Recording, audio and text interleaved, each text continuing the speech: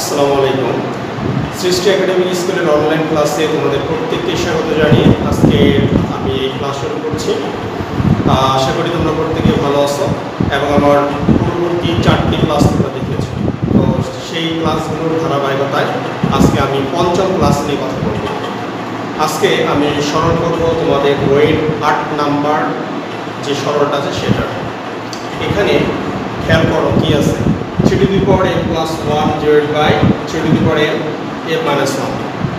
এখানে ভাগ 9 to the power m plus 1 divided by 3 to the power m minus 1 m plus 1.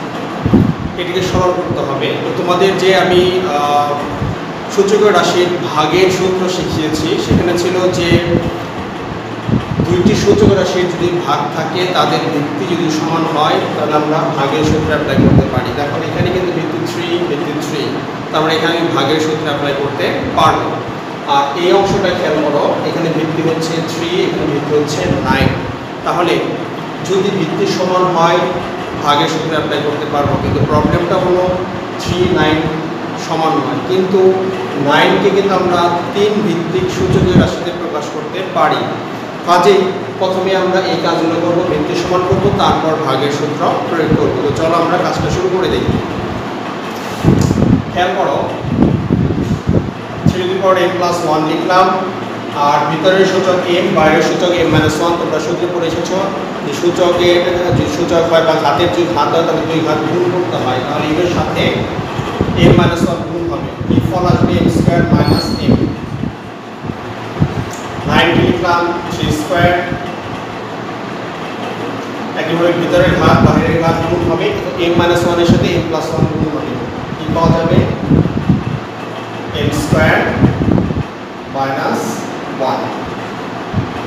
এখন এই অংশে আমি ভাগের সূত্রটা অ্যাপ্লাই করে ফেলতে পারি, তাহলে উপরের ঘাত থেকে নিচের ঘাত বিয়োগ হবে m plus 1 মাইনাস, আর বিয়োগ হলে আমরা জানি যে দ্বিতীয় রাশির প্রত্যেকটা পদের চিহ্ন বিপরীত হয়ে যাবে, তাহলে m স্কয়ার মাইনাস m হয়ে যাবে, মাইনাস m হয়ে যাবে প্লাস m।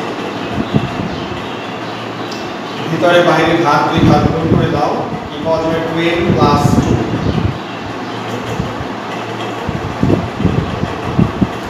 সরল করলে পাওয়া যায় 2m minus m square plus 1। এখানে আমরা ভাগের সূত্র অ্যাপ্লাই করে দিব, অর্থাৎ দেখব 3 to the power 2m plus 2 minus m square plus 1। তাহলে আমরা পেয়ে গেলাম 3 to the power 2m minus m square plus 1। আর এখানে যদি সরল করে নেই কি পাওয়া যায় 2m minus m square, 2 আর 1 যোগে কত 3 হয়ে যাবে প্লাস 3। এবার আমরা জিনিসটা খেয়াল করব, আবারও কিন্তু দুটি সূচক রাশি ভাগ আছে যাদের ভিত্তি সমান, তাহলে আমি আবার এখানে ভাগের সূত্র অ্যাপ্লাই করতে পারি। তো ভাগের সূত্র যদি অ্যাপ্লাই করি তাহলে কি হবে, এই সূচক থেকে পরের সূচক বিয়োগ হবে, তাহলে লিখব 2m minus m square plus 1 minus, আর জানো বিয়োগ হলে চিহ্ন বিপরীত হয়ে যাবে, অর্থাৎ 2m minus m হবে minus m square plus m square plus 3 হয়ে যাবে মাইনাস 3। এখন আমরা একটু সরল করে নিই, দেখো এই প্লাস 2m মাইনাস 2m চলে যায়, minus m square plus m square চলে যায়, 1 থেকে 3 বিয়োগ হয়ে থাকবে মাইনাস 2। তোমাদের কিন্তু আমি ঋণাত্মক সূচকের ধারণা দিয়েছিলাম, প্রমাণ দেখিয়েছিলাম যে e to the power minus m হলে লিখতে পারি 1 by e to the power m, তাহলে 3 to the power minus 2 যদি হয় আমি লিখতে পারবো 1 by 3 স্কয়ার, 3 স্কয়ার মানে হচ্ছে 9। এটা হলো আমাদের 8 নাম্বার সরলের সমাধান। আশা করি তোমরা এটা বুঝতে পেরেছো। তো চলো আমরা আমাদের পরবর্তী আলোচনায় চলে যাই। আমরা এখন 11 নম্বর সমস্যা সমাধান করব। 11 নম্বর দেখবে এখানে দুই পক্ষ সমান করতে বলছে, আমি বোর্ডে বাম পক্ষ লিখে রেখেছি, এটি সমান ডান পক্ষ 1 এর সমান গ্রহণ করতে হবে, অর্থাৎ আমি এই বাম পক্ষে সরল করব, এটি সমান যদি 1 হয়ে যায় তাহলে প্রমাণ হবে বাম পক্ষ এবং ডান পক্ষ সমান। তাহলে দেখো কিভাবে কাজটা আমরা করতে পারি। এই অংশে 3টি প্রথম বন্ধনীর ভিতরে দেখবে যে 3টি ভাগ আছে, অর্থাৎ সূচক রাশির ভাগ আছে এবং এদের ভিত্তিগুলো কিন্তু সমান। তাহলে আমি তিনটা অংশে কি করতে পারবো, সূচক রাশির ভাগের সূত্র যেটা জানি সেটা অ্যাপ্লাই করতে পারবো। তো চলো আমরা প্রথমে ভাগের সূত্রগুলো অ্যাপ্লাই করি। নিয়ম অনুযায়ী কি হবে, উপরের ঘাত থেকে নিচের ঘাত বিয়োগ হবে। একইভাবে এখানে উপরের ঘাত থেকে নিচের ঘাত বিয়োগ হবে, উপরের ঘাত থেকে নিচের ঘাত বিয়োগ হবে। তোমাদের এই ধারণা কিন্তু দেওয়া হয়েছে যে সূচকীয় রাশির যদি সূচক থাকে, অর্থাৎ ঘাতের ঘাত যদি হয়, যেমন এর ঘাত হচ্ছে l মাইনাস m আর পুরোটার ঘাত হচ্ছে n, এরকম হলে আমরা কি করতে পারি, ভিতরে এবং বাহিরের ঘাত গুণ করতে পারি। এই প্রমাণটা কিন্তু আমরা শিখে গেছি। তো চলো সেই সূত্রটা এখানে আমরা অ্যাপ্লাই করি। তাহলে যদি ঘাতের ঘাত হয়, ঘাত এবং দুই ঘাত গুণ হবে, অর্থাৎ l এর সাথে l মাইনাস m গুণ হবে। কিভাবে, l এর সাথে m মাইনাস n গুণ হবে, m এর সাথে n মাইনাস l গুণ হবে। লিখতে পারবো l minus mn, lm minus mn, mn minus ml। এবার যে অংশটা আমরা খেয়াল করবো সেটি হচ্ছে এখানে তিনটি সূচকীয় রাশির গুণ আছে। তোমরা জানো যে দুই বা তার অধিক সূচক রাশির যদি গুণ থাকে তাদের ভিত্তি যদি সমান হয় তাহলে এদের গুণফল কিন্তু একটি সূচক রাশি হয়, যার সূচক হবে সূচকগুলোর যোগফল। তাহলে ওই যে গুণের সূত্র, সেই সূত্রটা আমরা এখানে অ্যাপ্লাই করতে পারবো। তো চলো আমরা সূত্রটা অ্যাপ্লাই করি। একটি ভিত্তি a লিখবো আর তিনটি সূচক যোগ করব, m l minus mn, lm minus ln, তারপর থাকে ml মাইনাস ml।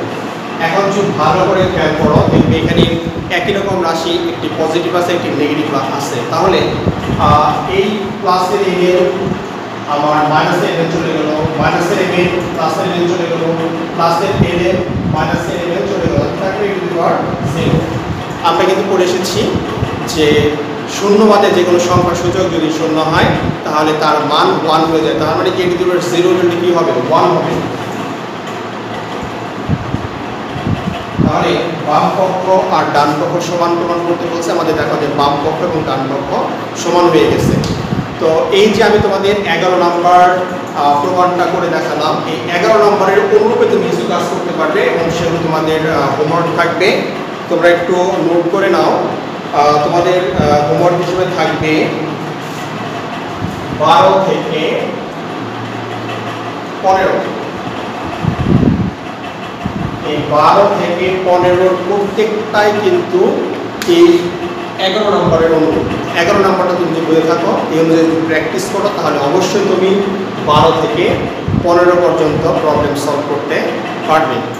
তো এবার আমরা আলোচনা করব 16 নম্বর সমস্যার সমাধান নিয়ে। তো চলো দেখি 16 নম্বর সমস্যাটা কি। আমাদের 16 নম্বর সমস্যাগুলো আছে a to the power x সমান b, b to the power y সমান c, c to the power z সমান a হলে প্রমাণ করো যে x গুণন y গুণন z সমান 1। অর্থাৎ এই তিনটি ঘাতের গুণফল 1 প্রমাণ করতে হবে। তো এই প্রমাণটা আমরা কিভাবে করব, তো চলো আমরা শুরু করি। প্রমাণটা আমরা এই তিনটি পার্টের যে কোনো এক পার্ট থেকে শুরু করতে পারি। ধরো যে আমি থার্ড পার্ট অর্থাৎ তৃতীয় সমীকরণ থেকে শুরু করব। 3 হতে পাই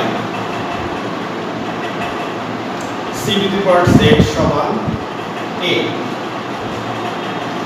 আমরা এখানে যে প্রমাণটা করতে চাই সেটা হলো x y z সমান 1, এই প্রমাণ করতে চাই। আমি যদি কোনোভাবে এরকম প্রমাণ করতে পারি a to the power x y z সমান a টু দি পাওয়ার 1, তাহলে কিন্তু প্রমাণ হয়ে যাবে x y z সমান 1। কারণ তোমাদের এটা কিন্তু পূর্বের ক্লাসগুলোতে শেখানো হয়েছে যে দুটি সূচক রাশি যদি সমান হয়, তাদের ভিত্তি যদি সমান হয় তাহলে সূচক সমান সূচক হবে। অর্থাৎ x y z এই সূচক 1 এর সমান হবে, এটা লেখা যাবে। তাহলে আমি যদি ঘাতের ঘাত আনতে চাই তাহলে কি করতে হবে, ঘাতের ঘাত আনতে চাইলে c এর জায়গায় অবশ্যই c মানটা বসাতে হবে। c এর মান বসালে কিন্তু ঘাতের ঘাত চলে আসবে। দেখো c মান কত, c মান হচ্ছে b to the power y, লিখলাম b to the power y। যখন c পরিবর্তে আমি b to the power y লিখব তখন কিন্তু ঘাতের ঘাত চলে আসবে, আর ঘাতের ঘাত চলে আসলে সুবিধা কি, এই দুই ঘাতের গুণ হবে। আর আমার প্রমাণে কিন্তু ঘাতের গুণই আছে x গুণন y গুণন z, তাহলে এই গুণ হিসেবে আনতে চাইলে আমাকে ঘাতের ঘাত নিয়ে আসতে হবে। আমি এখানে নোট দেব 2 ব্যবহার করে।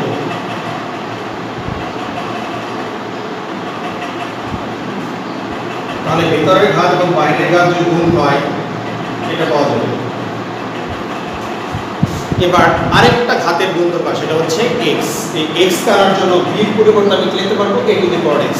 এখন এই b এর জায়গায় আমি a to the power x টা লিখে দেব।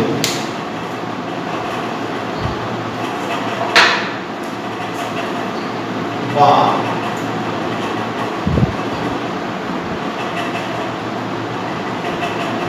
লিখে দিলাম মধ্যে দিয়ে যে একটা ভাগ করব। তাহলে ভিতরের ঘাত x আর বাইরের ঘাত হচ্ছে y z, এই দুই ঘাত গুণ হবে, অর্থাৎ a to the power x y z। আর যে কোনো রাশির সূচক কিন্তু আমরা এক চিন্তা করতে পারি, এতে মানের কোনো পরিবর্তন হয় না। তাহলে a এর জায়গায় আমি a টু দি পাওয়ার 1 লিখতে পারবো। এবার যে কথা বলেছিলাম সেটা নজরে আসছে, দুটি সূচক রাশির মান সমান, এদের ভিত্তি সমান, তাহলে অবশ্যই এদের কি হবে, সূচক সমান হবে। তাহলে এখানে আমরা বলতে পারবো x y z সমান 1। তাহলে আমাদের যে প্রমাণটা করতে বলছে সেই প্রমাণটা কিন্তু হয়ে গেছে। তো আজকের ক্লাসে আমি তোমাদের যে হোমওয়ার্কগুলো দিয়েছি তোমরা এই হোমওয়ার্কগুলো অবশ্যই করবে এবং আমাদের গ্রুপে শেয়ার করবে। আশা করি প্রত্যেকেই সফল হবে। সে ভালো থাকবে, সুস্থ থাকবে। আসসালামু আলাইকুম।